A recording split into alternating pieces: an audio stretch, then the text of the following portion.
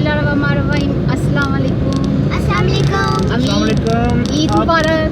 आपको बहुत बहुत मुबारक और अल्लाह ताला आपको अपने प्यारों के साथ बहुत खुशियों वाली और बाबरकत ईद मुबारक और ईद गुजारने की तौफीक अता करे।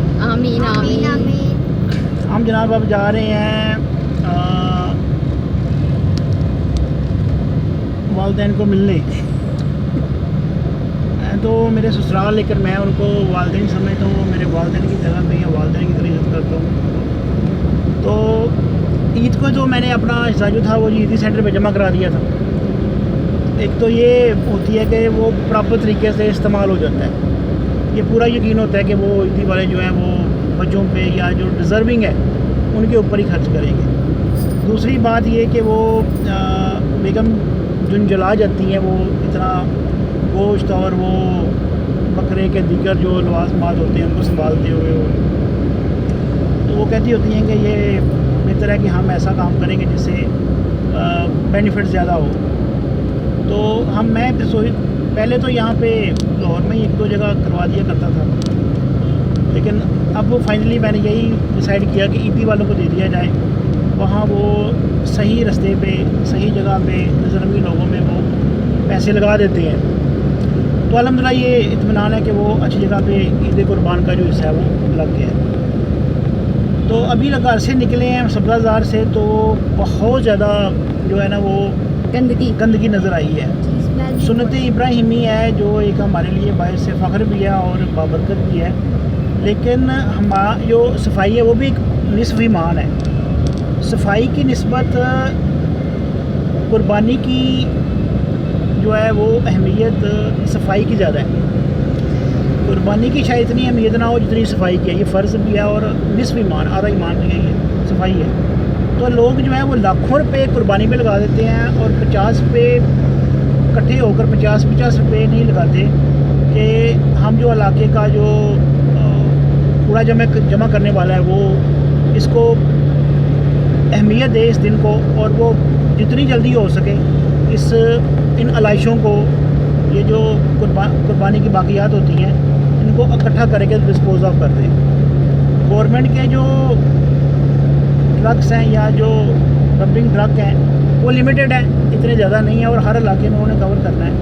और फिर वो जब टाइम आता है तभी करते हैं। और ये गर्मी का मौसम है, हबस है, इसमें जो ये गंदगी होती है ये चंद मिनटों में ये तफन उठाना शुरू कर देती है, ये बदबू निकलनी शुरू हो जाती है। तो आप खुद अंदाज़ा कर लें वैसे कि आप खुशबू सूंघते हैं तो आपका चेहरा खिल जाता है, आपके चेहरे पर रौनक आ जाती है। और जब आप किसी नागवार बदबू का सामना होता है तो आपका चेहरे पे त्योरी चढ़ जाती है, आप नागवारी का इजहार करते हो, आपके जिस्म में जो है वो एक नागवारियत का इजहार और एक जज्बा सा उठ जाता है। तो आपका रवैया भी बदल जाता है, आप आवाज़ार हो जाते हो, आप डेफिनेटली गुस्से में भी आ जाते हो और टेम्पर लूज़ कर जाते हो। तो आप इस बात को नोट करें कि सफाई को अहमियत उतनी ही देनी है जितनी हम कुर्बानी को देते हैं। तो ये आप सफाई निफ्स में आना, लेकिन लोग नहीं, लोग समझते लोग ना लापरवाही कर जाते हैं। अगर आप सुबह को कुर्बानी हो जाती है, नॉर्मली पहले दिन पे सुबह पे कुर्बानी हो जाती है, तो जब शाम तक आप उनको आलाइशों को और उसकी बाकियात को उठा नहीं पाए और उसको सफाई नहीं कर पाए, तो ये फिर आपकी कच्ची है कलाई और ये आपकी लापरवाही है। तो इसको हमने मिलके ही इसको बेहतर करना है, इसके अलावा कोई चारा नहीं है। तो जनाब यही एक छोटा सा पैगाम है। अभी हम मुल्तान रोड पे है, फिर यहाँ से हम जो है वो इंशाल्लाह बल्कि मेरा आज ना प्रोग्राम नहीं सी जानता पैरिया ते, लेकिन अम्मी ने फोन किया, अम्मी कह रही नहीं मेरी बेटी आई नहीं है, मैं बच्चों ईद बच्चों लैके आ। मैं क्या चलो ईद तो बाद 3-4 दिन बाद आ जाएगी बच्चा। मैं वैसे कह रही थी बेगम के ये 3-4 दिन बाद नहीं, ईद है भाई, मिलना होता है बड़ों की, कुछ अब छोटों की भी ख्वाहिशें होती हैं,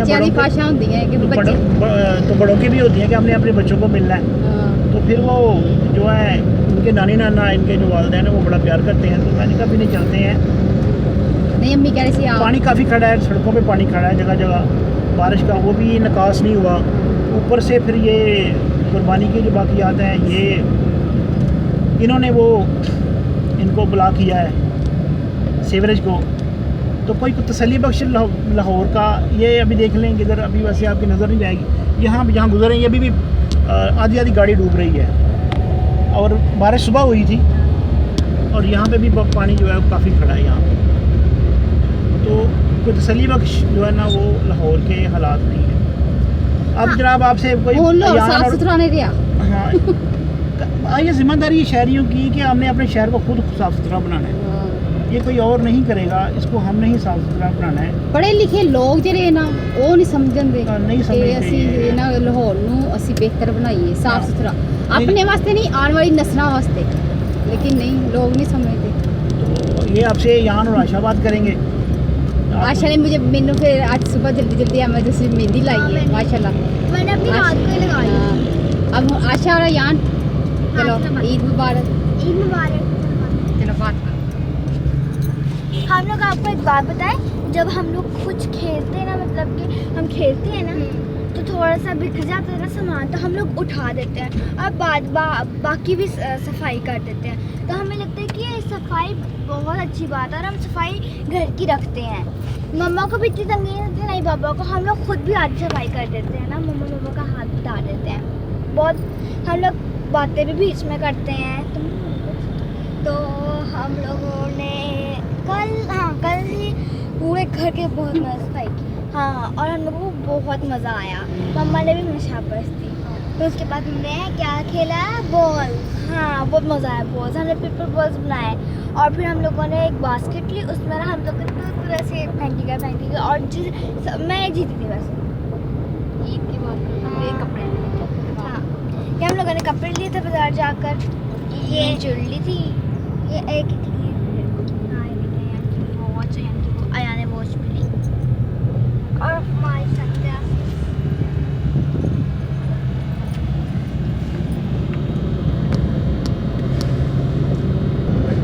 तो एक छोटा सा पैगाम दूंगा कि ये मेरी बेगम की भी यही कह रही है कि ऐसा पैगाम दें ये कि अब जब इतना सारा गोश्त इकट्ठा होता है तो आप अपने ना जो रिश्तेदार होते हैं, अपने दोस्त होते हैं, अपने करीबी अहबाब होते हैं, आप उनको अगर समझें कि आपकी कोई क्वांटिटी इतनी है, रिश्तेदार ज़्यादा है, तो आप उसको पकाएं, गोश्त में सारा कुछ डालें, कलेजी डालें, सारा कुछ डालें, उसको पकाएं और अपने उनको बुला के ना किसी जगह पे पार्टी कर दिया करें।